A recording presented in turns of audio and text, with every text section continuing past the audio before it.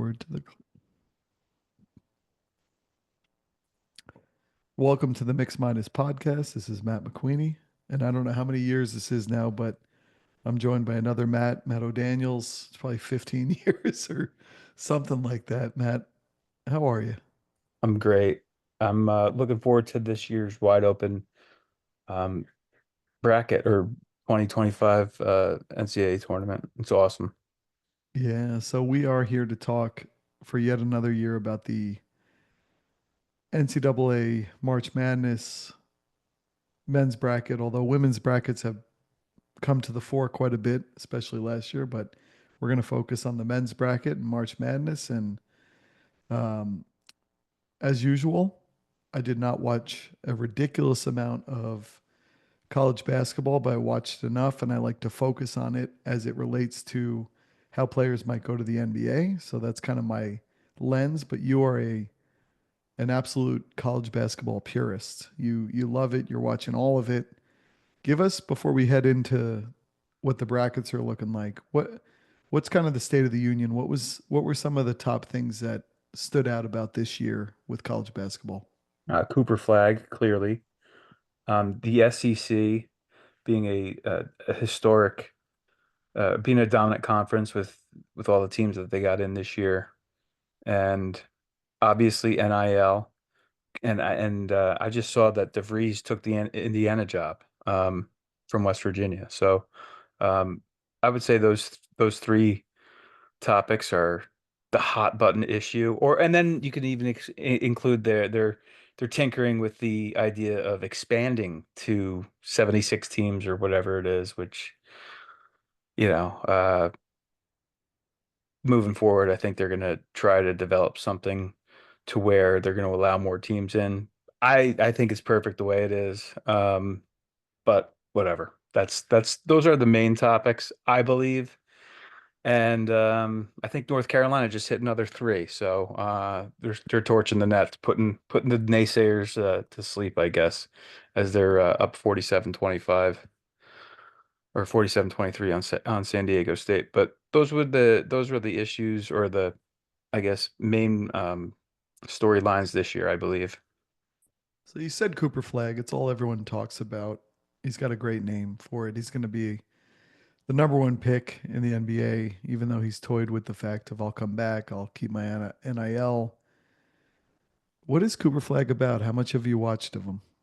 He's dynamic. He's just a team player. He's got size, he's got strength, he can handle the ball.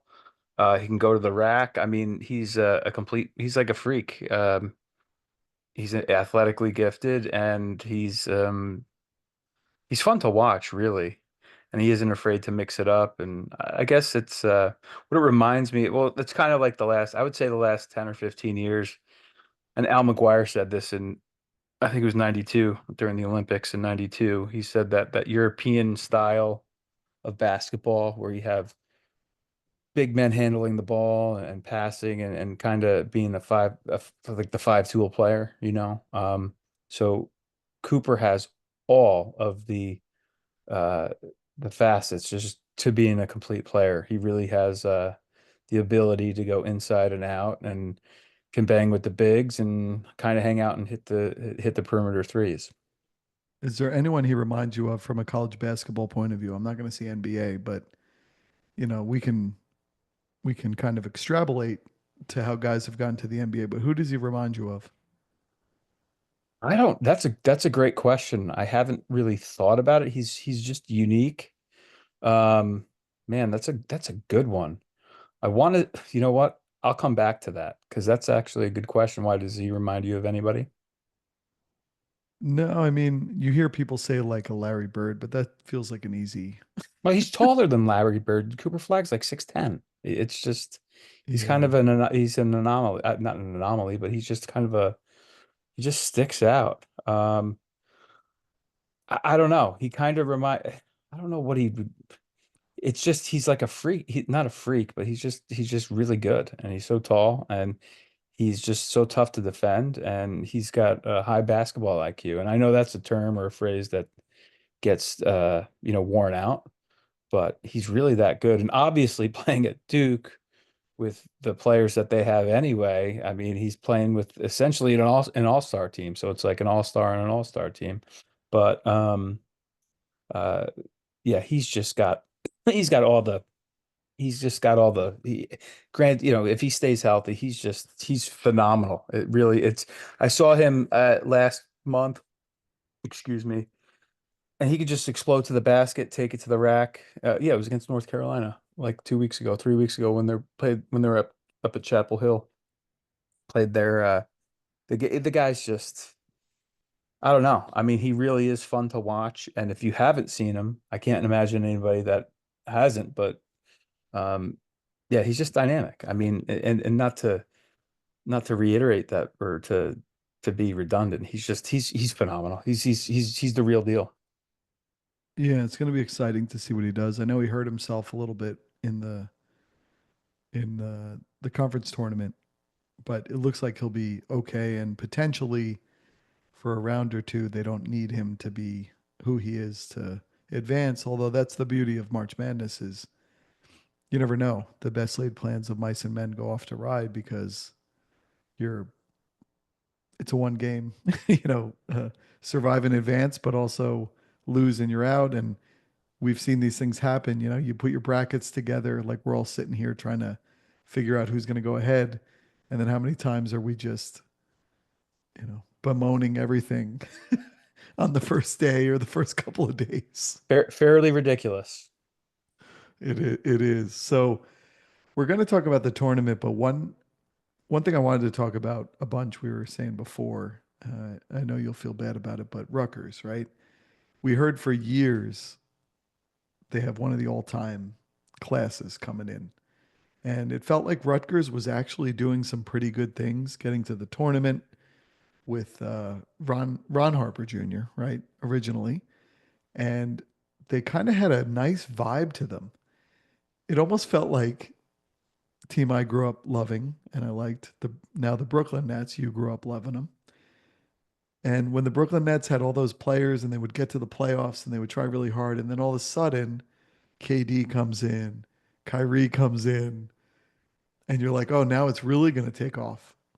And it doesn't. I mean, they had a good run in that one playoff where KD stepped on the line on the three, against Milwaukee and Giannis.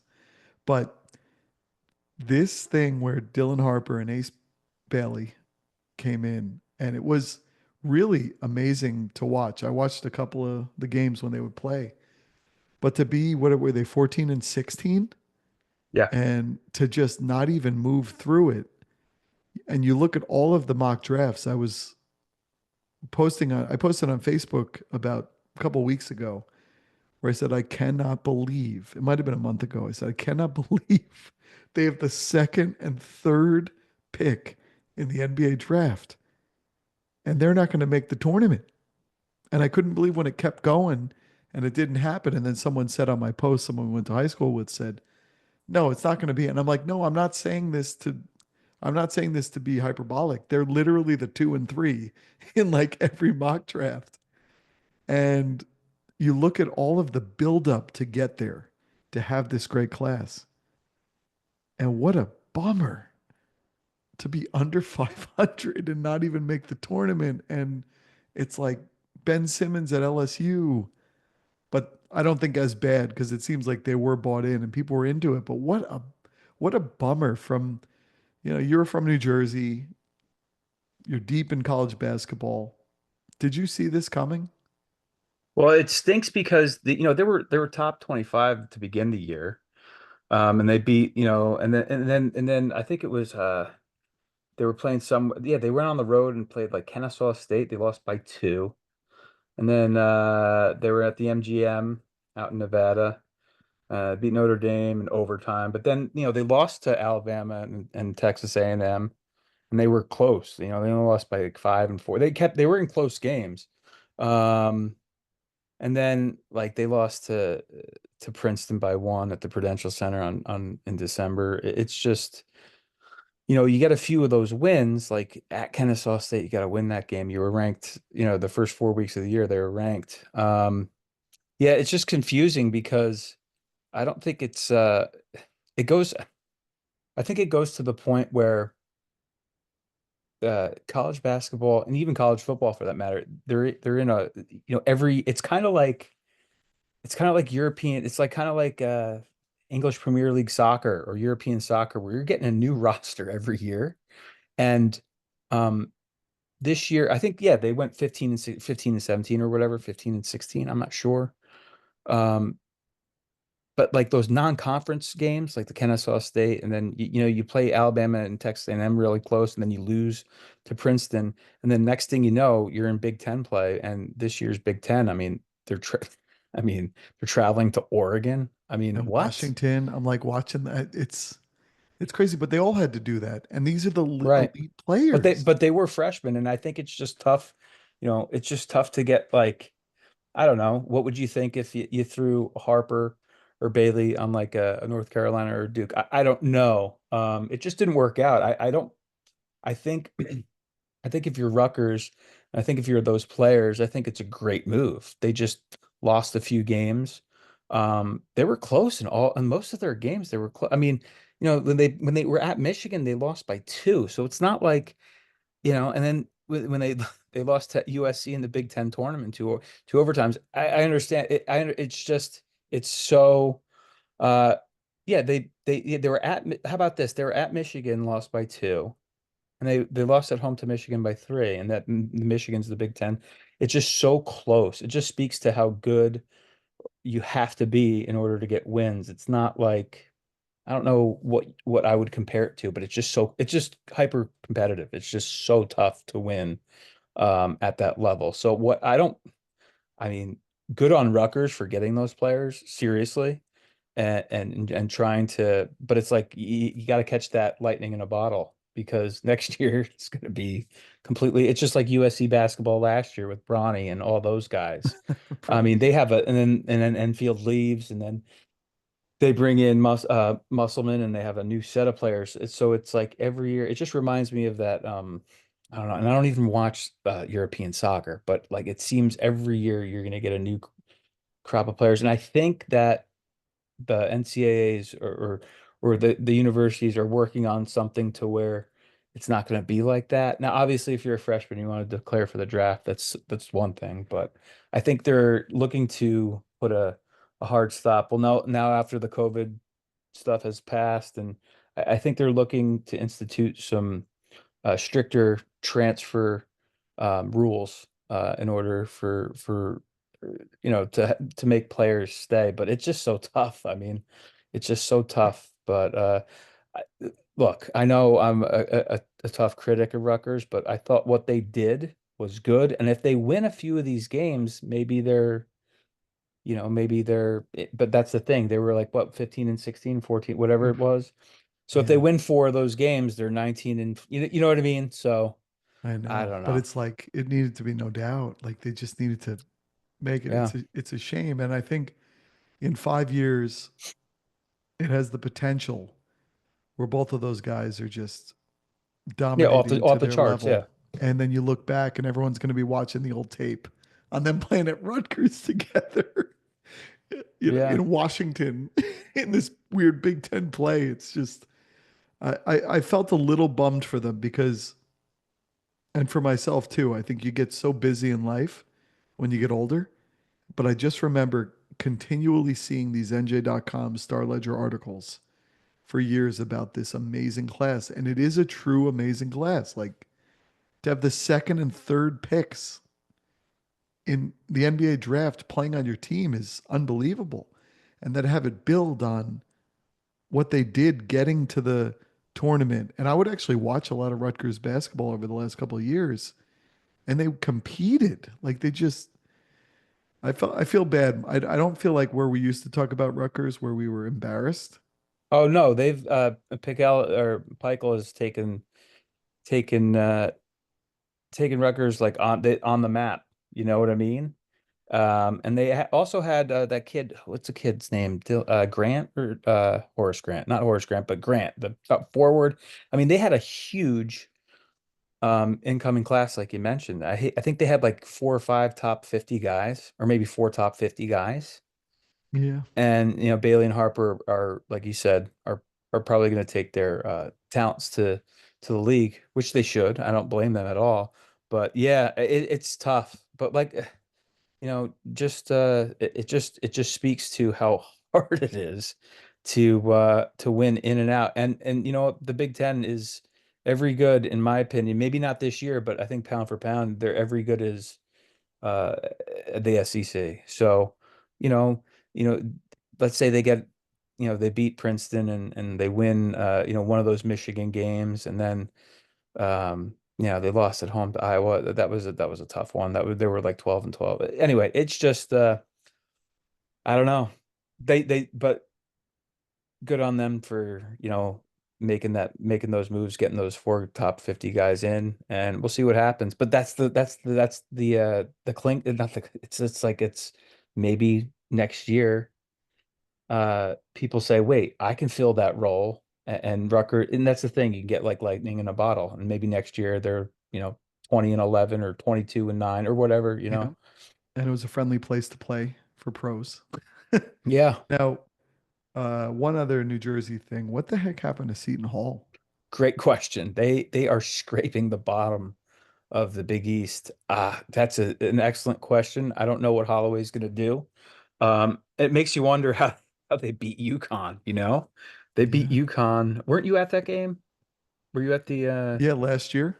oh, last year, but this year they beat UConn, which makes, I don't know. It's just funny to me because um they're you would have thought that I mean they were pretty bad this year. I think they won one Big East game if I'm not mistaken. Well, the record was horrendous. I mean, it was like, Yeah, and they were 7 and 25. No, they won two Big East games. I'm sorry. Yeah, it was bad. It was bad. They actually got a kid. Well, whatever. It's just it's tough. It's really tough. it's really And ugly. And the one guy went to Patino at St. John's, I think. So yeah, no, I was surprised because like them and Rutgers were pretty solid entrants into competitive March Madness type of basketball. And and it wasn't like, see, at least with Rutgers, you're keeping games close. A lot of the games in the Big East that Seton Hall played, well, they kept like two or three games close in their losses. And they did have an overtime win, and they did beat, oh, well, they had their only wins this year were in overtime. And but yeah, they were getting pummeled. They were getting pummeled in the Big East this year. now with NIL in play for how many years now? A couple, two or three, or is it more? Yeah, I think it's like the O'Bannon case was what, 2019? Oh, is I it think that it's long? been I think it's been enacted yeah, maybe 3 or 4 years now. How has it affected? And you're deep into college football and basketball, but basketball wise, how has it affected it? Have you felt the product on the floor be different, or does it feel like college basketball to you? It does feel like college basketball. I mean, well, yeah, that's what happened in 2019. California was the first and then in 2021, it went image and likeness went for real. I think I know California. I remember California being the first state to allow it, but um, yeah, it does. Well, that's a loaded question. It's a good question. I still think kids are going to class and stuff, but I don't know if you watched any of that Vice St. John's, Arkansas uh, documentary that they were doing this year, like an inside look. It's fascinating stuff. If you get a chance, you've watched some of it, right? No, I haven't. Oh my gosh, Vice did a really good job going inside. They were inside with Calipari. They were Calipari. They were inside with Bettino, and actually my cousin's cousin, if that makes any sense. He's the GM for St. John's, and he was an assistant. GM. Yeah, yeah, that's the deal. I mean, that's what Wojnarowski went. He was the GM Yeah. for St. St. Bonaventure. Bonnie. Yeah. So it was funny to watch those Vice docs because um, at least for Arkansas, a lot of the season, like in September, uh, Arkansas announced that they were jacking their prices up for season ticket holders, and some of these season ticket holders in Fayetteville, have been season hit. they've been like there were the two or three couples that had tickets from 79 and 85, and now they're looking at spending like 35 to $40,000 for their season tickets, and they're like, whoa, you know what I mean? But my cousin's cousin, who's the GM, he worked with Hoiberg, and he's at Iowa State, Nebraska. Now he's at his second stint with St. John's. Um, they're being funded well. So a lot of this is business. Well, clearly it is. And with the athletes in both sports just being so, good at what they're doing, and bigger, faster, stronger, um, it doesn't feel like it just seems that they're just more advanced than they were in 2000, with attention to health, with attention to nutrition, with attention to workouts and all of that. Um, I'll put it to you this way, Matt. I was in Lubbock about 3 weeks ago. I was in Lubbock, Texas. Crossed that off the bucket list. Let's just say, leave it at that. Crossed it off deeply. Yes, and I watched West Virginia play Texas Tech. At the time, Texas Tech was number 9 in the nation, and it was a real college basketball feel, like if you go to Carolina or if you go to even South Carolina. Um, and the contrast to Big 12 basketball to Atlantic Sun basketball. Lipscomb is the Atlantic Sun winners. They'll be playing this year in the tournament, and they played Queens University, which is in their fourth year of transitioning into becoming NCAA eligible. And I went to Queens College. It's in Charlotte, small school, and it was essentially, it was it felt like Bergen Catholic, and to but the athletes were good there, but then it's worlds apart when I saw Texas Tech play West Virginia a week later. It was miles apart as far as everything is concerned. But the players, I mean, they're still, I don't know, they're just I just go back to FDU 2 years ago. They were the smallest team in college basketball, and they slayed Goliath. So um, I love that about the sport.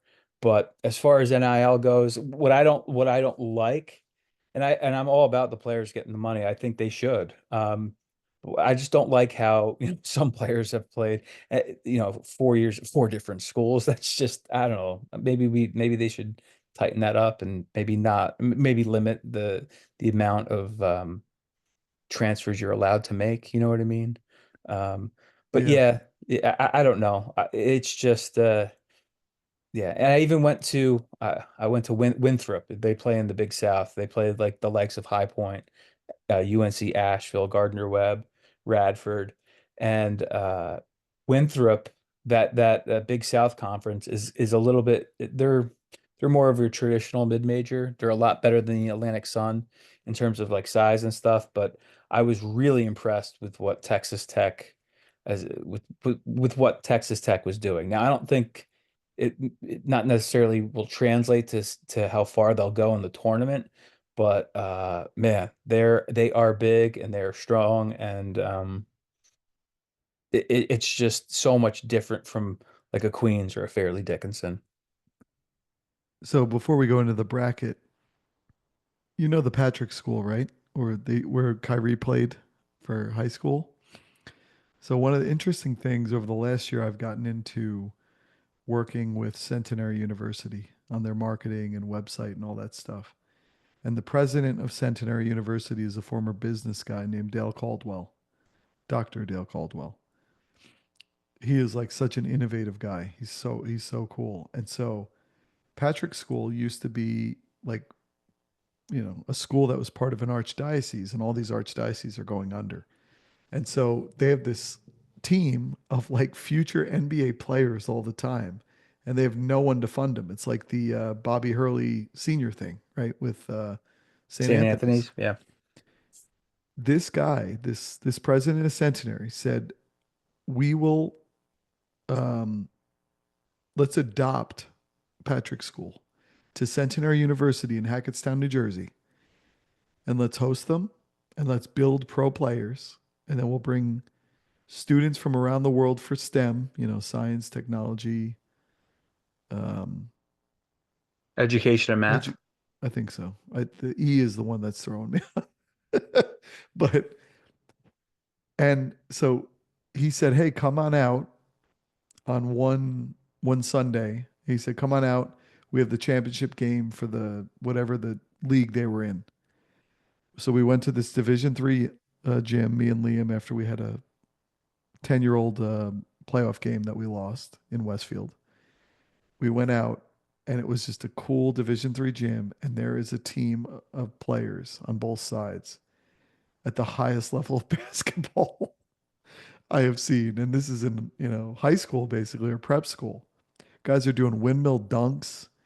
There's no opening for people to score, to set picks. It was such a high level of basketball, I couldn't believe it. But it's pretty cool, and that's a level below even college.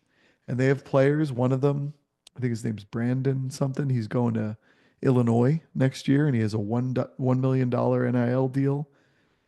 But it's kind of cool that they're like building these things, and you can always find great basketball anywhere. And I think that's one of the biggest keys with college basketball is you can be overwhelmed by the amount of teams there are and the amount of, like, it's hard to keep up, and but there's always a high level game around the corner wherever you are, There right? really is. There really is. It sounds like a little IMG North up there, huh? It it is so cool. He's like, "Come on over." And you go in and you're like watching pro basketball. And it's funny when Patrick School takes over the game, it's like when we used to go to the Nets arena.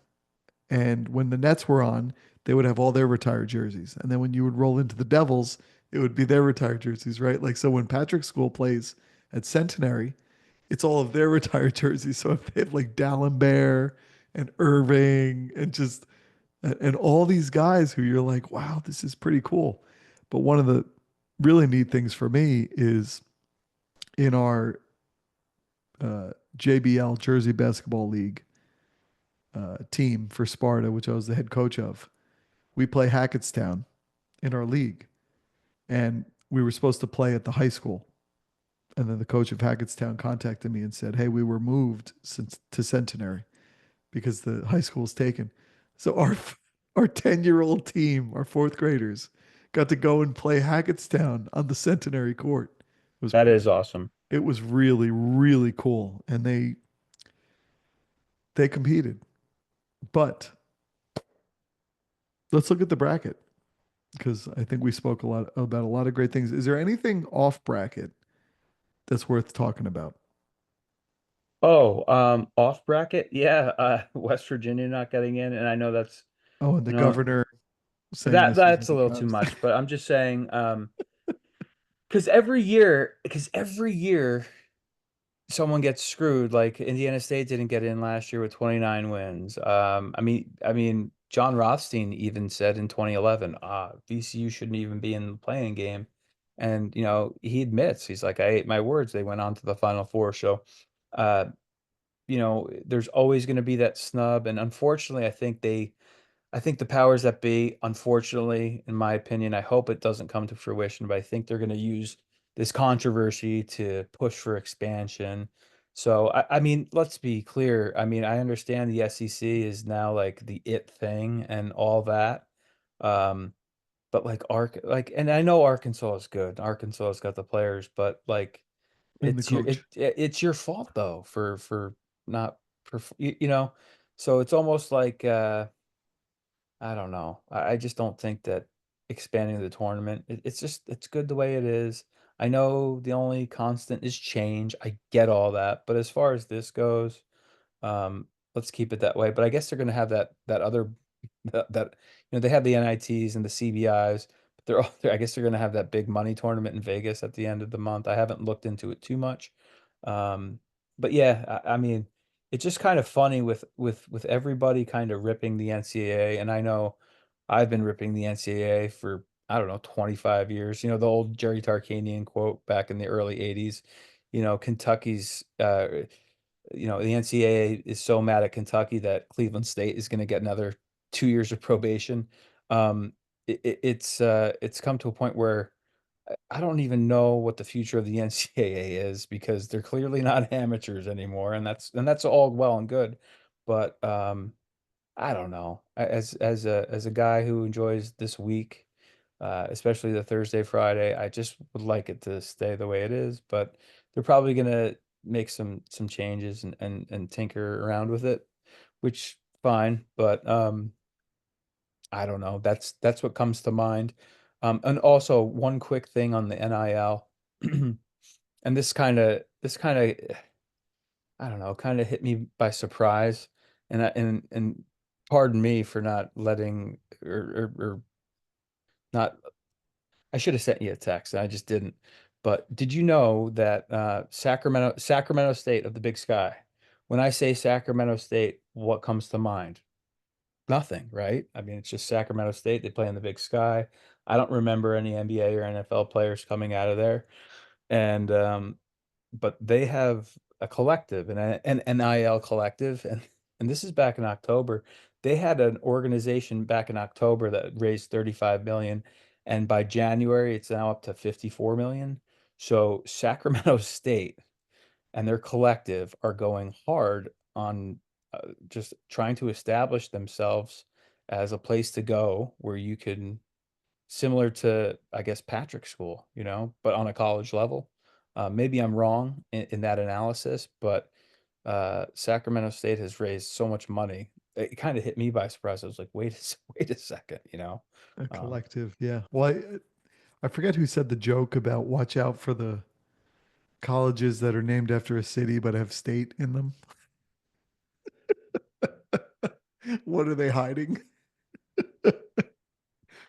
Trenton State, remember, like everything is, it's weird to be like city, state. Like, I don't know. But let's look at this. So the tournament, we have our play-ins, but we'll kind of talk about the main brackets as we see them. Um, we had one, I think Alabama State won already tonight. Talk about, well, at least that's Alabama State. It's not, Not the um, Sacramento State Hornets, the Alabama State Hornets that's with right. with the same kind of color scheme, but whatever. So if we look at the South region, we have Auburn as a 1 seed. We have Michigan State as a 2 seed. Auburn had a really good year, didn't they? How did they get themselves to a number 1 seed? Well, it started with that plane trip where they got in a fight and they were on their way flying to Houston, and then they had to fly. They took off from Auburn, flying to Houston. They beat Houston on the road, but they had to fly back because there was a fight on the plane. So they had to land. They had to land. I think they deplaned and then they replaned and then they flew back out. And that didn't seem to bother them as they're just rocking and rolling. They're the overall number 1 seed, and they got Janai Broom, and Who's like 27, right? yeah, he's been all over the place, but he's a polished big man. He's pretty good. I just don't know, and I'm not trying. And once again, I'm not trying to throw shade or throw any disrespect. It's just and I know Bruce Pearl's been to a Final Four, and I know people have been saying it for years, especially in the Big East, where we just beat each other up and we're such a good conference and blah blah blah. I don't know. I think it's for me, it's more of a Bruce Pearl thing. I know he's got some players and they're clearly awesome. I don't know. I actually picked Michigan State out of this region because I think Michigan State's deeper and I like Izzo more than Pearl in a clutch situation. That's just me. But Auburn is they're a premier squad and they probably should make the Elite Eight. Um, with a matchup against Michigan State. And I know that's all chalk and I understand, but I don't know, but it might be let's say Louisville wins and they play Auburn in that because the winner of Auburn Alabama State plays Louisville, the winner of Louisville Creighton. That's a tough game either way for Auburn because if they play because they're playing that in Lexington, they play Louisville. I mean, it's going to be practically a home game for Louisville. And if they play Creighton, I mean, they've got the big man, and um, I don't know. It's going to be a tough road for Auburn in that South region, I think. So what? Tell us about Louisville Creighton. Well, Louisville, it's strange. Louisville beat Clemson twice this year, and they beat them in the semifinals of the ACC, and they went 18-2. And in a beleaguered, in a down year for the ACC, I understand, but they were granted an 8 seed, and Clemson was granted a 5 seed. But Louisville, the trade-off is, I mean, I guess you're playing closer to home, but they're gonna have a tough time against Creighton. Creighton with Kalkbrenner and Ashworth and McDermott and Neal, the kid number 5, Neal for Creighton. It's gonna be a tough match. It's gonna be a fun game. I think that might be I don't know. That might be a must watch. I don't want to say must watch, but I'll be tuned in for sure at 12 on 12:15 on Thursday. Yeah, I mean the 8-9s are always good, as are the 5-12s tend to bring some upsets. And you brought up Texas A&M, and is that's or no, sorry, Michigan is the 5 seed. Mhm. Michigan, UCC. but who the Big Ten champs who beat Wisconsin twice and beat them in the Big Ten title, yet Wisconsin's a 3 seed. And they're playing whatever. It's funny to me. Just same can be said about UCLA and Oregon. UCLA beat Oregon twice, and Oregon's got a higher seed. Uh, Look, I'm not on the committee. I don't pretend to know everything. I know there's a lot that goes on in those meetings. It's just funny. It's just funny. And you see San Diego, and I don't like this, but I'm going to tell you. You see San Diego, oh, this, that. I love them. I'm getting text messages from 3 people within the first half. I got 3 text messages. Oh, I love the Tritons. UC San Diego's gonna give Michigan a hard time, and I'm like, I don't see it. I've watched UC San Diego 3 times this year, and yeah, they're good, but I don't think they've seen the type of players that Michigan has with Zach Golden and the transfer kid from Yale. I forgot his name, the big dude who handles the ball. He's another 7-footer. Um, but yeah, I don't know. It's the trendy. I think out of all the 5-12s, I think it's the trendiest. 12 to beat a 5. But oh man, I'm just excited about this year's bracket more than last year, because last year I think everyone kind of knew it was going to be UConn and Purdue. Last year they were clearly the best teams. This year, yeah, you can say that about Duke and Auburn. But I don't know. On any given day, I really think this year's just as exciting, if not more, than years past. Well, and you brought up Yale. So we have Texas A&M and M and Yale. What is what's the story these days with Texas A&M? Well, Who's their coach? Who are their players Buzz, that are oh Buzz, right? yeah, and then they got the guy John is it John, yeah, John Jones at Yale. He's been at Yale for like 26 years, and he's just been crushing it. I mean, that Yale beat Baylor, Yale beat Auburn. Um, This year? in years past, I think Yale beat Oh, Baylor in 2016, and then Yale beat Auburn last year in the tournament. So Yale's got like that. They've got experience. He's a good coach, but I think what Yale's problem is that they're just not going to be able to compete with the depth that Texas A&M has and the athleticism. I mean, in my opinion, they're just going to have to make more threes and kind of slow it down. But who knows? I mean, that'll be a fun game. I just like Texas A&M. I think the spread's 7.5, but I just think Texas A&M will win that game. how is Ole Miss a 6 seed? And is it tough that they're going to have to face North Carolina, even though North Carolina's had a bit of a down year, right? Yeah, North Carolina's had a down year, but I mean, if they shoot the ball well, they should compete. And that's the thing, like North Carolina's like the sleeping giant, as I think they're about to go up 40 on San Diego State right now. So yeah, they shouldn't be in, right? But the point is um, Ole Miss, Butch Beard, not Butch Beard, Chris Beard, excuse my French. Which beard the old Nets coach? Yeah, RIP. But yeah, Chris Beard's he's got the head coach. He's the head coach there at Ole Miss, and that's here's my deal. I'll just be just completely transparent. I didn't watch a lot of SEC. I watched some Kentucky because I like to watch Kentucky, but Florida, I don't know. Florida's good. Florida's really good.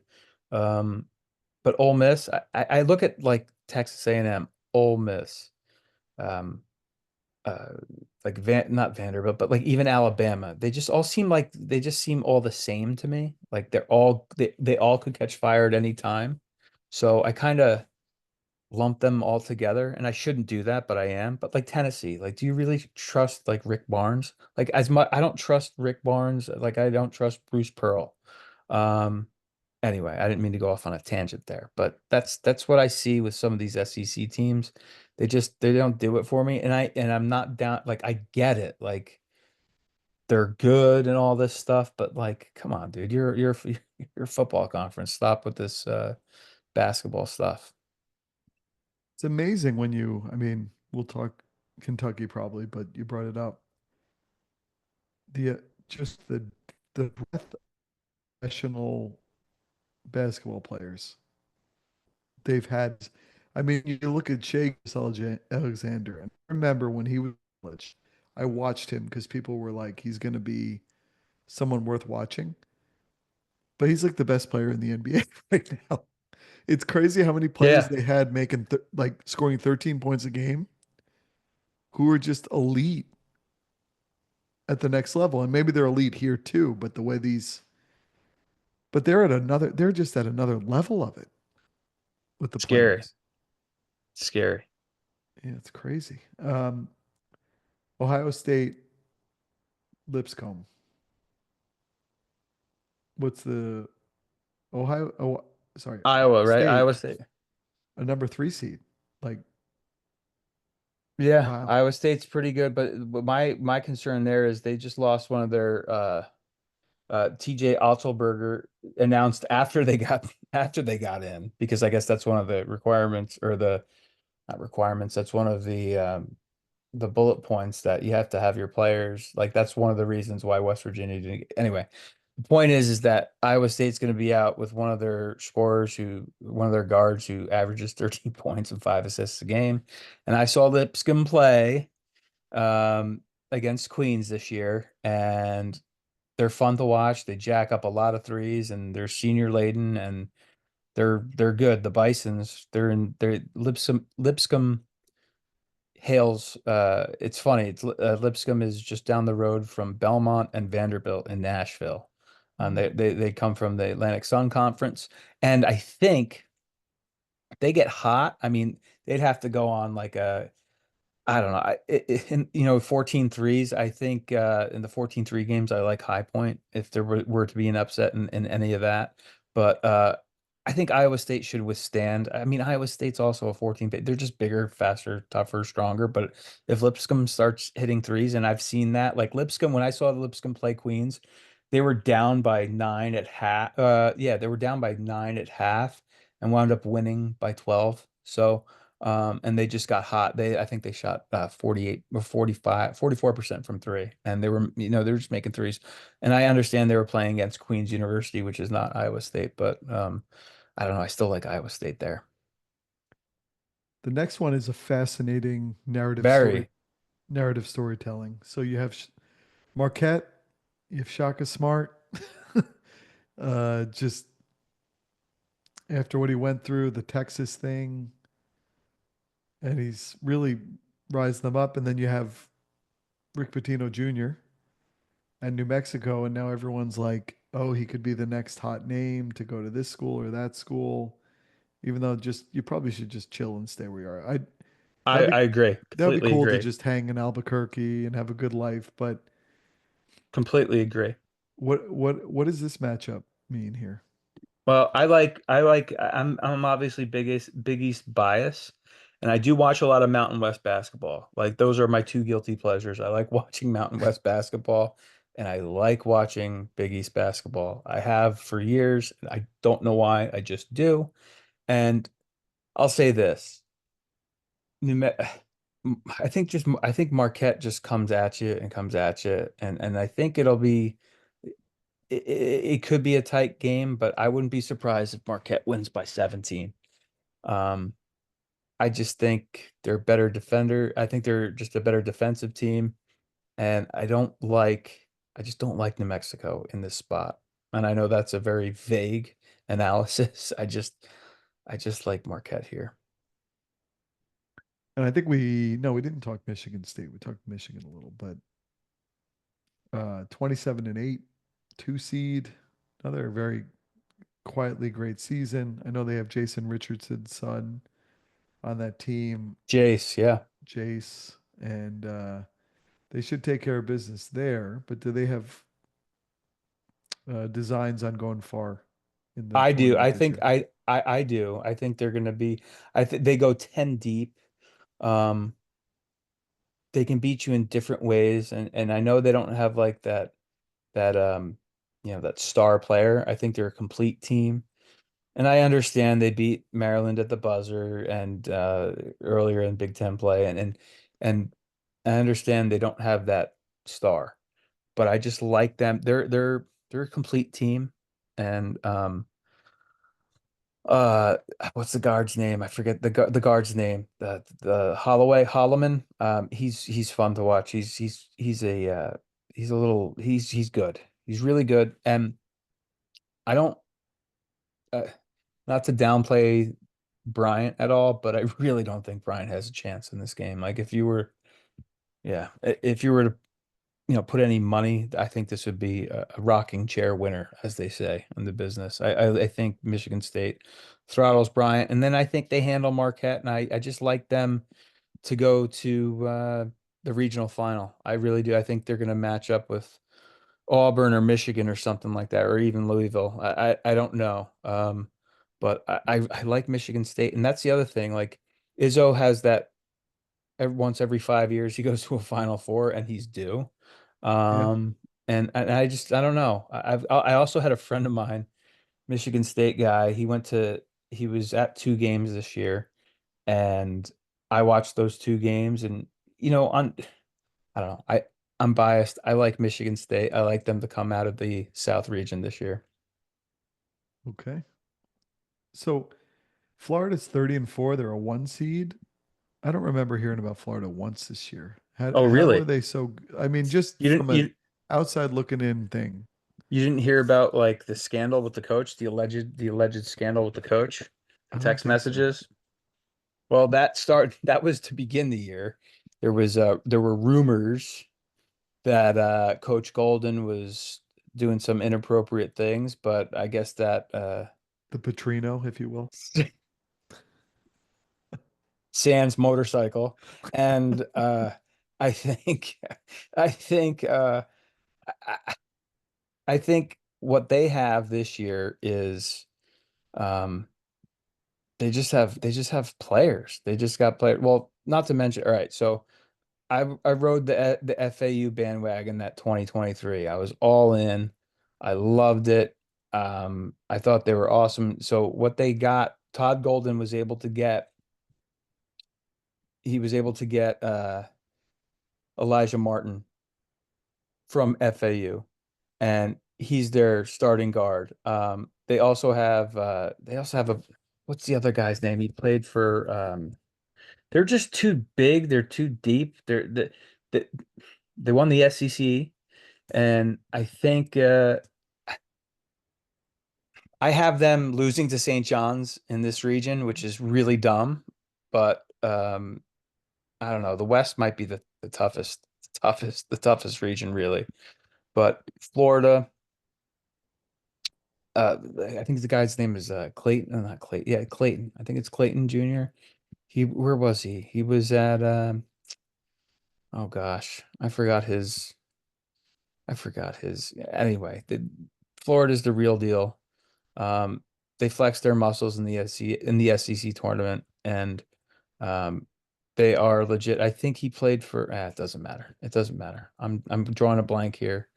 I'm trying to. Yeah, that's right. He played for Patino at Iona, and Oh, yeah, that's who. Yeah, Walter Clayton, and then Elijah Martin, and they just go. I don't know. They just go.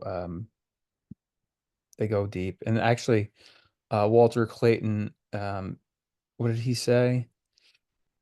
Well, yeah, he was an AP All-American, and yeah, they're the class of the SEC, and they destroyed Alabama in that final. But hmm. yeah, So what happened to UConn this year? I know there was like a lot of it would be a three-peat this year, right? And like uh, Danny Hurley was going to go to the Lakers, and then he That's pulled right. back, and he got the deal, and then he didn't he say he was the best coach ever in January. And I mean, look, 23-10, Rutgers would take that. it's not it's not a bad record by any stretch. I mean, but it's kind of crazy that they're an eighth seed playing Oklahoma in round one. Yeah, and I think they're gonna take it to Oklahoma. I know Porter Mosier is got the Sooners um, clicking at the right time. Um, but I like you. I love UConn here. I love UConn to play spoiler. I don't necessarily love Danny Hurley, but I love it because he's got an opportunity to slay two SEC teams, and I'm such a Big East homer. So like I love it. Like I don't like Danny Hurley, um, but I don't know, Matt. Who did they lose? Who did they lose to in the draft last year? What's the kid? They lost Wasn't a it bunch of Klingon? Kling, and then the guard. I forgot his name. I'm just drawing blanks here. The point being is to sustain that level of just excellence. I mean, they won two national championships in a row, and in those 12 games, I believe, in both years, the average margin of victory was like 13 or 14 points. That's ridiculous. That's unheard of. That's dominant. And so Danny Hurley this year I because I did watch the 60 Minutes clip. He was just frustrated, or the piece. He was frustrated because they weren't winning. Stephen Castle. Is that what we're Yeah, doing? that's right. That's right, Castle. Um and so Danny's a weird guy because he's so competitive and wants to win everything, and that's all well and good, but now he's kind of back to earth, but he still has a good team. Um I still think that just the way they play, and with his antics on the sideline, maybe they get a call, or maybe it fires them up, or there's just something about. And I know every year is different, and I know they don't have the same players, but I really like UConn here, and I also like UConn to beat Florida in the next as in the next round in the next round. But So when we look at the next foursome, we got Memphis, Colorado State, Maryland, Grand Canyon. Is Penny Hardaway still around here? yeah, he still had the head coach at Memphis, and Colorado State. They've got an NBA player. um, an NBA, excuse me, an NBA prospect. And Colorado State won the Mountain West championship for the first time since 2003. And I watched that final, and I didn't know what to think of Colorado State and Nico Medved, because people were talking about this guy, Nico Medved, and oh, he's got the Rams going. They're really gonna take it to Boise, and I thought Boise was gonna win, but they got this guy, Nick Nick Clifford, Nick Clifford. I always get the pronunciations. I gotta get that down, but he's their guard from Colorado State who went to the draft last year, or he went to the draft prospect camp. Where do they go?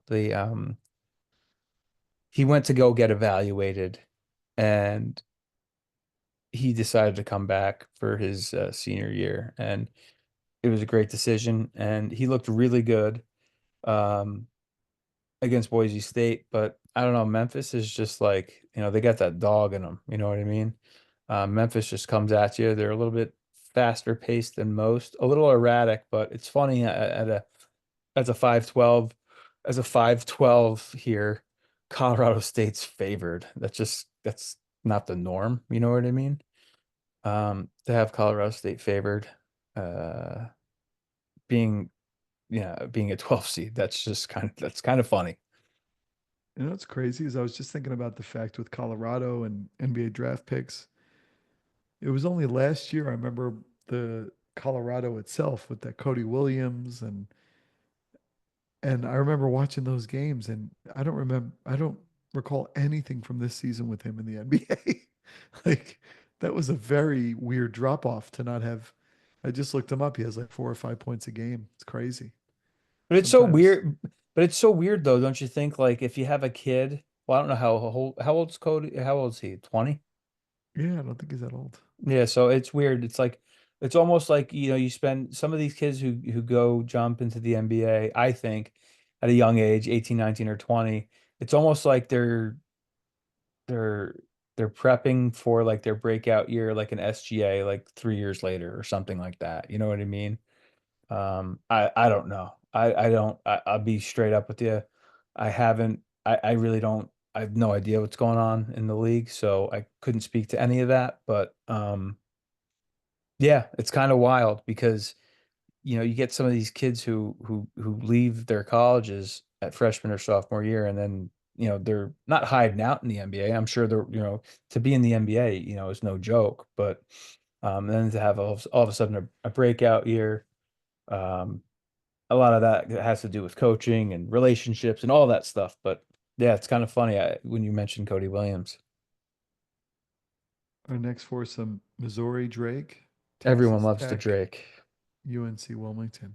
Everyone loves it. I like Drake. I like Drake here. Drake's going to be the popular pick here with this matchup against Missouri and what's the head coach Ben. See, I don't want to look it up. I don't want to look it up. It's not Ben McCall. Is it Ben McCollum? I got to look it up. Ben McCollum, yep. Yeah, Ben McCollum. Okay. So Ben McCollum, he was at Northwest. He won 4 Division II national championships. Comes to Drake this year, and he brought like a core 4 or 5 guys from Northwest Missouri State, and they were D2, and he transferred them into D1 players, or he developed them into he brought them from D2 to D1. And a lot of people, because DeVries left to go to West Virginia, and a lot of people were like, oh, well, DeVries left and DeVries took his son to West Virginia. What's going on with Drake? And then Drake reloaded because Drake and Bradley were going at it this year in the Missouri Valley, and then Drake wound up winning. I think they got 30 wins this year, and kind of kind of quieted the doubters. Um, Yeah, they did. and I don't know though. Missouri's a tall order. A lot like I picked Drake here just because I like it, but Missouri's no slouch. Missouri's tough, and that'll be a fun game. I think that's yeah, I think that's an appropriate spread. But I don't know. I really hope Drake wins. They've been to the tournament the last 2 years and lost, and they've been a popular pick. So maybe this year with the new coach, they get it done. What's up with Texas Tech this year? JT Toppin, that's your guy. And they also have like Is that they, Obi's brother? you know what? Great question. I don't know, and I should know. I went to the game. I was talking to season ticket holders. I went with my nephew. My nephew's a sophomore out there, and went to the West Virginia game. JT Toppin's a real deal. He's the big man. And um, what worries me or concerns me about Texas Tech, and they should take care of UNC Wilmington. I don't think they'll have an issue because they're just so big. They're so strong. And I'm not saying that UNC Wilmington isn't, but I don't think they're as big and strong as Texas Tech. My only concern with Texas Tech is um, their injuries and the foul trouble. I think they only go maybe 9 deep, maybe 8 deep. At least the game I saw them, they only went 8 deep because there were some injuries there. But the point is um, Texas Tech plays in a tough Big 12, and I don't know if they take care of UNC Wilmington, and let's say they play Drake. I don't know. I think they might have a nice path to the Sweet 16. So our last foursome is real interesting here in this bracket. I heard on Sports Center they were like Kansas is playing Arkansas. And St. uh John's is playing Eli Manning. St. Yeah. John. Yeah, yeah. So was this a was this a really good year for Calipari? This was his first year in Arkansas, right? It was, well, see, yes, it was his first year at Arkansas, but did you hear any of his pressers this year? No, Really? no. He's he's he's uh he's he's an interesting, well, you know Calipari. He's just an interesting dude. I mean, they went 8-10 in the SEC, but like the whole time in the pressers, well, they did have that big win over Kentucky. They went on February 1st. They went to Kentucky, and they in Calipari's return, a lot of people were booing 22,000 booing him, and he goes into Rupp, and Arkansas wins by 10, 89-79. Crazy. That is wild when you think about it. I mean, at least when I think about it, because he was essentially ushered out of there because he wasn't good enough. He wasn't Yeah. going winning national championships. That's the standard there. But when you think about it, Kentucky went 10-8, but Arkansas did take DJ Wagner with him and the two other players from Kentucky to Arkansas. But the whole time, Matt, he was telling, well, I think they started 0-5 or something like that. They had a rough start. But the whole time here's Calipari in the pressers going, you know what? Well, we're not really that good enough. We still have things to work out. Or they didn't start out 0-5, but they hit some rough spots, and the SEC is a gauntlet, but like I don't know, when you go 8-10 in your conference, you shouldn't get like an at large, but whatever. That that notwithstanding, um, he was just really down. He was just like underselling his team. He's like, yeah, well, we're not good enough to be in the NCAA tournament. Just being Calipari. He's an interesting fellow. And speaking of interesting fellows, I believe that Rick Pitino took his sixth team to the NCAA tournament here. Yeah. And Yep. this one is outlandish. I didn't realize this was happening. And then I might have heard Frances's podcast, which is still fun to listen to. And it was the first point. It was maybe halfway through the season where I was like, what? How on earth has he done this? Well, I mean, I mean, I can show you tweets, and I'm not trying to be that guy, but I've been on St. John's since November, and they have, I think, 4 losses. I think they have 4 losses, right, Yeah, Matt? they're Four game four. losses. Yeah. Yeah, they're 4 losses, and those 4 losses are by a combined 7 points. Oh, the Big East doesn't play anybody. They're not as good as the SEC, yada, yada, yada. Then you got Kadari Richardson, and then you got RJ Louis, and you've got players. I'll tell you this, it's so weird, dude. Like for a team that shoots as poorly as St. John's Yeah. does, like they're like I think in the mid 60s in terms of shooting percentage, but like their defensive metrics and their defensive percentages are off the charts. And yeah, I probably did have some inside information moving forward this year, which I did. And I knew for a fact, like, and then that's what Patino said. He's like, we're not signing any freshmen.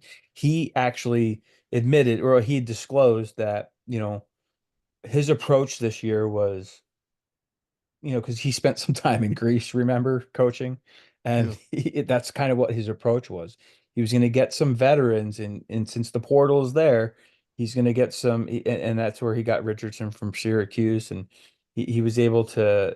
So he actually he said to, if you're a freshman, you don't want to come here because you're not going to play unless like you're a ridiculous talent. But that's what he's done. He's utilized the portal, and Matt, no, this is no hyperbole. They play defense. They are in your face. It is like not havoc, but I mean their defense is unquestionably, they are fun to watch. They are so fun to watch because they take some wacky shots, or the offense might look stagnant. Case in point, Big East title game against Creighton. That first half was just, I mean, and Creighton was countering Creighton, and then Creighton was making shots, and then Creighton took a little bit of a lead, and then you're kind of waiting for it, and then here comes the St. John's, like, and they'll run with anybody. I mean, and they're tough, and they hit the boards, and I don't know. They're 30-4. Patino's done it again. What is it? Boston University, Providence, Kentucky, Iona Louisville, Iona, St. John's. So, um, six. That's your six, and and I only did one bracket. The last few years, I've only done one bracket. I picked St. John's to win it all, but whatever. We'll see what happens. Well, and I wondered, is he still living in the same home? Because Iona and St. John's are only about 20 miles Oh apart, yeah, why would you? which Right. is Or maybe crazy. yeah, that's But I that's a guess you move. It's a pain though. It's like, I guess they practice at the college, but then you got to go into the Madison Square Garden all the time. I don't know. But feels like they're the Knicks basically. Or I guess that's Iona. we are the New York Knicks. That's right. So when we look at the Midwest bracket, we have Houston as a number one, Tennessee as a number two. How is Kelvin Sampson just continually dominating college basketball? It's crazy, right? And I think, and he already, I don't know if you know this, but he already, when he decides to leave, like they already have it in the contract that his son is going to be the next coach. Did you hear about that? Kelvin Bickerstaff. Yeah. And, yeah, they're just, they're the cream of the crop in the Big 12. I mean, they're tough, they're deep, they play defense, they're stingy. Um, and they're fast. Well, maybe offensively they could get into some ruts. Um, but they just D you up, similar to St. John's, very similar to St. John's, in my opinion. And you're down because of Rick Barnes on Tennessee.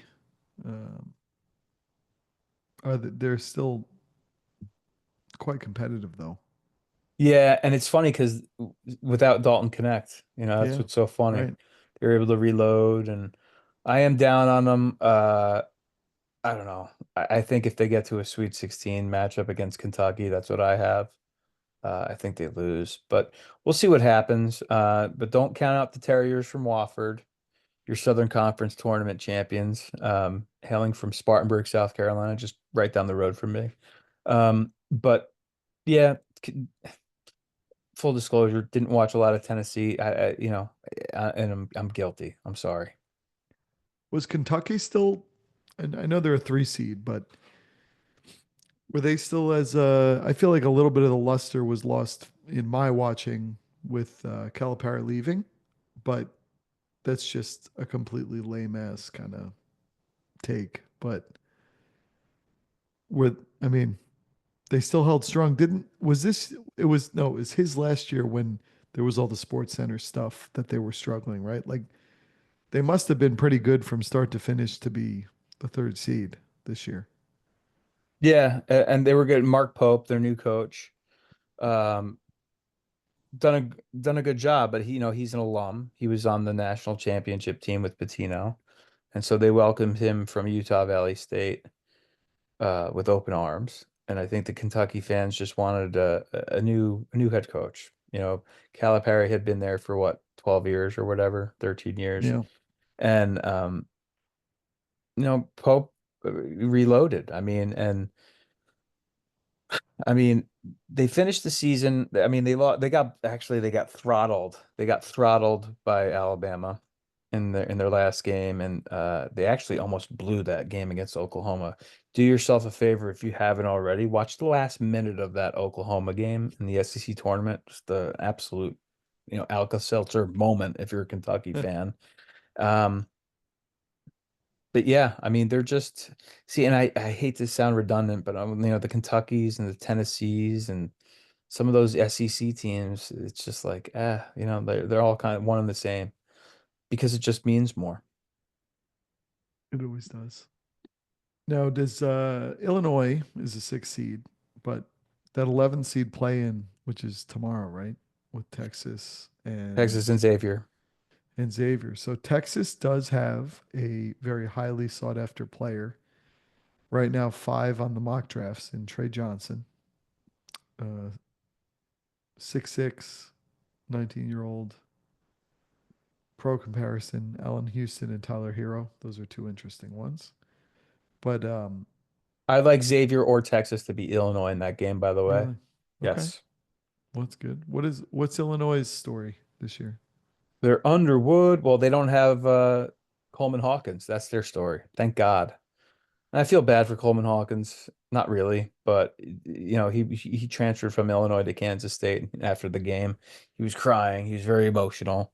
But it's kind of tough for me to now that it's out in the open and you're getting paid. It's just kind of funny. Anyway, Illinois, I don't know. I mean, they lost. I mean, they got blown out by Maryland in the Big Ten tournament, and that didn't sit well with me. They're 4-4 in their last eight.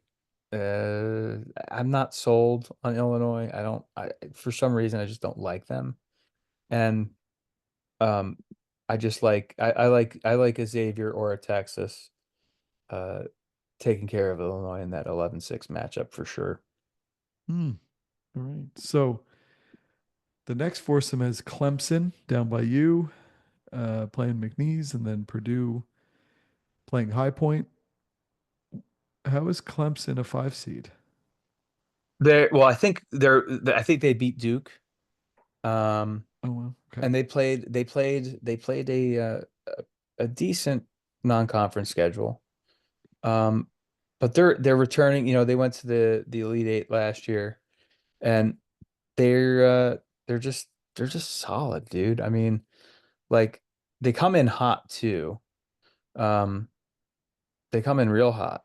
But what I don't understand is, they lost to Louisville and actually they lost to Louisville twice, but yeah, they're just coming in hot, and they're pretty good.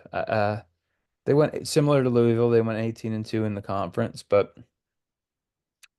they've just got they've got that guy. What's his name? Shiflin, who's the white dude who he doesn't look like he looks like your college basketball player who might be who he looks like your Clemson college basketball player and he's very on it he looks are deceiving but he's getting a bunch of rebounds and they got that kid Chase Hunter who's their do it all guard. He's their guy. I think he's legit. But Clemson basketball, who knew it was a basketball school? But that You coach never is knew. that coach has been there forever, and they're doing a good job. Good on them. But I don't know. McNeese is playing Will Wade. Will Wade, the old LSU coach, who Oh was yeah. yeah, who's ushered out. It's funny how like Will Wade was like, it didn't happen to Bill Self, but remember right before the COVID lockdowns, did you see that documentary? About the Adidas and Nike scandal. It was No. good. Oh, it was so good. It was on HBO. It was so good. And it had Will Wade. It had Sean Miller. It basically no, Will Wade and Sean Miller, like that documentary said you gotta see you later. But Bill Self is Teflon. He didn't get in trouble.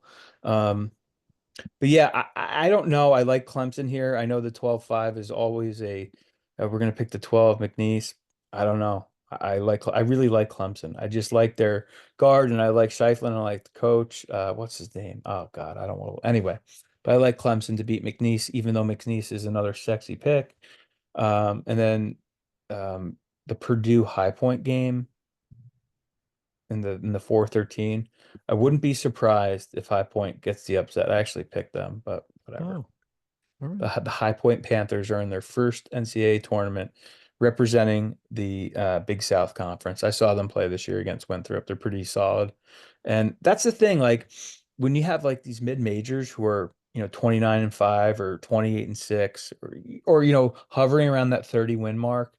And then you play like it's just so fascinating to me because Yeah. Purdue is a 4 seed and they're I think like 22-10 or something. And um yeah, I don't know. I don't know. I like these games. Now, how about the 8-9 Gonzaga Georgia matchup? Talk about like ridiculously. So you're familiar with like the Ken Palm rankings and stuff, the Yeah. metrics there for college. Yeah. Like Gonzaga should not be an 8 seed. In what universe is Gonzaga an 8 seed? No, seriously, when you look at the metrics, it makes no sense. It really makes no sense. They play a ridiculously tough, not ridiculously, but like they play a pretty decent like non-conference schedule. They really do. Yeah, And I guess that makes up for, you know, a pretty low, West Coast conference, that's not exactly um really good. But man, I wouldn't be surprised if they beat the crap out of Georgia. They're playing Georgia, right? they're Like, playing Georgia. yeah, Georgia. Like St. John's lost to Georgia. But like Anthony Georgia, Edwards. but like Georgia, really? Like they're in the SEC. Oh yeah, I forgot they were in the tournament. Like that's enough already. Sorry. And almost. I don't think they went to the tournament with Anthony Edwards, right? Georgia, Yeah. Georgia. I thought Yeah. they did. Let's see. Georgia, Georgia football Alumni. school. Let's see. Did Anthony Edwards win an NBA championship? He did not win, or an NCAA. Uh, uh, yeah, but he had that's another one of these like Rutgers guys, right? Like Right. he was so good. I remember watching him in the highlights and everything. He was so good, but then he was just gone. I don't even remember the James Harden too. Remember when he was in the tournament? It's like I do. you're just He done. he was good. He was good though. He was very good. He was He was like fun to watch. Arizona Arizona State. State. Oh, Yeah. he was so good. He really was. You Um, ever see him without a beard? That's why he's yeah. wearing a beard. Oh yeah. So when we look at our final bracket, which is the East, East. it would be a complete failure if Duke does not take this bracket, right? That's true. That's true. But I do like Akron. I also Yeah. like BYU here. But what I don't understand is, I think, okay, so I'll just go through them first. Um, yeah, Duke here is like the team to be beat, the team. I mean, I really don't see, it's so funny. I guess they're gonna want to set up that Duke Alabama matchup, but I don't trust Alabama. I really don't. This is actually one of like it's funny. In some years, this is one year where I look at every single team in this, and I just don't like really any of them. I like BYU though. I don't know why I like BYU, but I do. Um, Wisconsin should have no. I'm going top to bottom. Duke, I like Duke, whoever they play, and then Mississippi State, Baylor. I like Mississippi State there, but that's kind of like a toss up. But regardless, I think Duke advances to the Sweet 16, and then they'd have to play like an Arizona, Oregon team. I like Duke there. And then moving down, BYU plays VCU. I really like BYU. I think Hmm. BYU is tough. I think BYU is fast, and I don't know. I like BYU here. That's out in Denver, and uh, yeah, I like BYU to go to the Sweet 16. But eventually I do, and I hate to sound like Jason Williams here because you saw he's picking ones and twos. Um, yeah, I like Duke to come out of this East bracket, and then, and I say it, it's going to be a boring bracket, and watch like Liberty wins or and Montana won't beat Wisconsin, but um, yeah, and I don't think Alabama will have a problem with either Robert Morris or St. Mary's or Vanderbilt. I really don't. I really don't. I think it'll be like Alabama, BYU. I would love to see Alabama play BYU in the Sweet 16. That's what I would like. I think the other thing from a pro point of view is to look at the Baylor and the Edgecombe guy, right? He's like Oh, the okay. You're four or right. five pick, right? And he's Yep. a small guard, right? Who's like super fast. Is that an athletic? Yeah, and I haven't watched much of Baylor this year, and that's bad on me. Um, it's Edgecombe, VJ okay. Edgecombe. He's very highly touted. He Where did they say he's going? Five four or five, yeah. After the Rutgers guys. to the Nets, Oh, not to the Nets. That's interesting. Let's see. to the Jazz, he said. NBA draft. The Wizards or the Hornets? Yeah, let's see. The one I got here is PJ New Orleans Pelicans. The Pels, Smoothie King. Yeah, that would be interesting. Yeah, I just really. Did you know that I covered the only rain out? Well, the only rain out in NBA basketball history. Really? Yeah, it was. I think it was 2018, or it was Oh, either 2018 or 2019. Rain out, Smoothie King Arena, leak in the oh, roof. They oh, canceled the okay. game. A They can't. smoothie out. They canceled the game. That was funny. I think it was. That's crazy. Yeah. Have Back you in my. seen Mm. any interesting coaching things yet? Well, I think you got a bunch of jobs open. You have Minnesota job is open. The Kyle Neptune got fired from Villanova. You got the Villanova job open. I think Um, someone was saying that Patino could be very good there, the younger. but to your point, Matt, why would you? I wouldn't leave New Mexico. He flamed out in Minnesota, dude. Like he wasn't Yes. that good. You know what I mean? And I understand like Patino to Villanova. Like I understand it. It makes a lot of sense, right? Um, but I don't Oh know. man, my guy Where do you Jim go? Engles. Jay Wright's not coming back to Villanova. So you got Villanova. I even heard a little rumbling about Mick Cronin leaving UCLA. What? What? Um, and then so yeah, you have yeah, Indiana hired DeVries. So you got Minnesota, Villanova. Um, crap. Wow, Jim Engles stepped down from Columbia. He was my guy who was at NJIT The Highlanders. when they made the run. That's Wow. crazy. 8 years he was there. Oh my At God. Columbia. Yeah. Shout out John Poppy. Yeah, that's true too. Yeah. He was 8 years at NJIT and then he was 8 years at Holy, Columbia. are you serious? Yeah. 71 victories. That's crazy. I That's a just saw tough him place pop to up. coach. I saw him pop up on this list. Leonard Hamilton's out, right? Oh, that's right. Yeah, at Florida State. Mike And Woodson's out. well, yeah, but they just got DeVries The from Iona West guy's Virginia. out. The Iona Yeah, how about that? follow up. How about that? Tobin, Tobin Tobin, Anderson. dude. Iowa. So two Fran years ago, McCaffrey's out. that's right. Brand Dunphy's out. And Dumpy, Jim LaSalle. Lattiga. Well, he stepped down in early, and so He did. And Virginia. And then the next Minnesota guy's out, Ben Johnson. Yep, NC State Wolfpack, Kevin Keats. that's right. He got fired. Uh, Wow. South Florida, Amir Abdur-Rahim. Kevin Kruger, UNLV. Oh, that's right. He got canned yesterday. That's Tony Bennett, crazy. Virginia. Yeah. Someone was saying the VCU guy who was at Utah State, right? That he could be a good, and then he was somewhere before that. Oh God, you're right. The VCU head coach, right? Yeah, he's the Nichols or no, not Nichols. It's yeah, it's crazy. Yeah, so a lot of Stan Heath? No, not Stan Heath. Ryan Odom. Yeah. Odom. That was the name. It was a very That's Barry Odom's son. hmm, Louisiana Raging Cajuns out for a coach. Bob Martin, Bob Marlin, not Martin. Bob Marley. Yeah, that's interesting.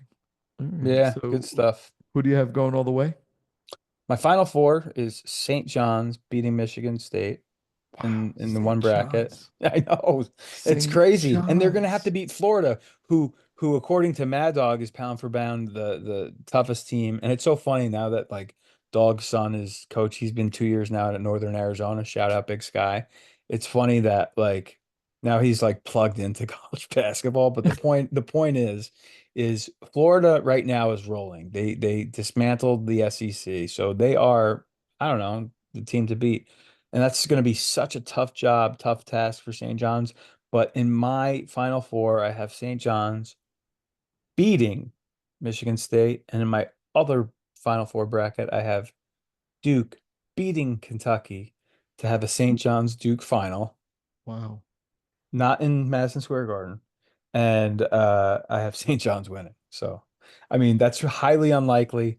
I don't recommend it, but St. John. Rick Pitino's going to raise the trophy, cut the nets with all of his children in tow. And yeah, that's completely. Hey, Were you really like that not like centered in or no, I was shocked when I heard that St. John's was like, it is so easy to be on the outside looking in college basketball. It's like, it's almost like hockey, like even the NBA. Like I see it in well, it's like everything. any I guess it's relative really. It's anything. It's any sport that But it's Mad funny, Dog. but even where you're living, like they weren't really like No, well, I mean, I guess you're not, but still. no, Huh. Mad. The biggest March Madness is a campaign I run for the industry I'm in. Like companies going against each other. My favorite thing with Mad Dog is the gummies. Whenever he talks about doing the gummies, Oh yeah. and Well, he's like, he kills Steve. Yeah, off the gummy land. Yeah. I'll have one or two, and then watch a whole football game. Yeah, I I love mean, how open he like. I love how oh open he, yeah, and he gets away with it too. it's all because yeah, well, it's legal now, Yeah, You can do that, it's accepted now. crazy. Well, this was good, Matt. We will have to talk baseball soon. Well, I mean, I actually tuned in. I've been up since 4 o'clock this morning, Oof. and actually 4:30, and I tuned in. I was listening to the Dodgers. Oh God. I was listening to the Dodgers Cubs. Oh Uh, God. Oh God. start the morning out in the Tokyo Dome. Start spreading the news. Oh Well, my the God. yeah, the season doesn't start till next Thursday officially, stateside. But yeah, they're I'm playing. excited, I am. I am. especially the Mets. Oh, well, you and Mad Dog That was will a hell of a run. That you and Mad Dog will have a love affair this year. Yeah, I never experienced anything like that. And I was on the road most of the time when that was happening in October. Ooh, what's so funny, Matt? I didn't even tell you this because it's been so long. I was leaving a meeting that Thursday night. I know where I was. I know what I was doing. I was leaving a meeting. I turn on my radio and I listened to, or I had the Brewers radio on. It was Euchre's last Wow. call as they Oh, lost. I heard Euchre's last call driving home from that meeting that Thursday night back in October. And that's so funny that you say that because the Mets, they were hot, dude. They that were was hot. unbelievable. I was in Chicago at the time, and I was with people from Milwaukee, and I was watching it on my phone at an industry event, and it was like, okay, I'll just keep it on. All right, good season. And on my phone, I'm like, did Pete just do that? Dude, and you should have heard Euchre. He was just so like, he kept it professional, but it's so bad, but so good for the Met. I mean, that was crazy. It really was Oh, a wild game. and they gave the Dodgers a better run than the Yankees did. Oh yeah.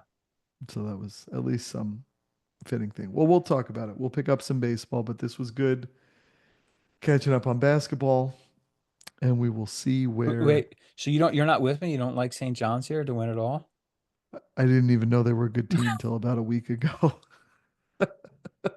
Four So losses by 7 points. I It's know that's incredible. crazy, but Mike Francesa told me he's like talking about. I'm like, wait a second, because there's no common sports talk anymore, and so I'll tap into his podcast still because I like hearing him, even though he completely mails it in. But I like hearing him, and he's just like, yeah, they're playing good defense. They haven't lost since. I'm like, they haven't lost. I looked it up. I'm like, oh my God, what is St. John's doing? Oh, dude, Matt, when they played up in Yukon this year, they there was, I mean, I don't know. It was just, I don't want to say it was must watch, but like, I tuned in. It was like a Friday night. The two games against Yukon, the home and homes, this year for the conference games, they were Friday nights and they were good. They were fun. Wow, It was fun to watch. And the weird thing about St. John's is that they're sloppy. They're really sloppy, but they defend like nobody's business. that's awesome. Well, Yeah. we'll have to see how they do. We'll put some money on it, maybe, and we'll pick it up soon. Thanks, Matt. Yeah, thank you. Back after this.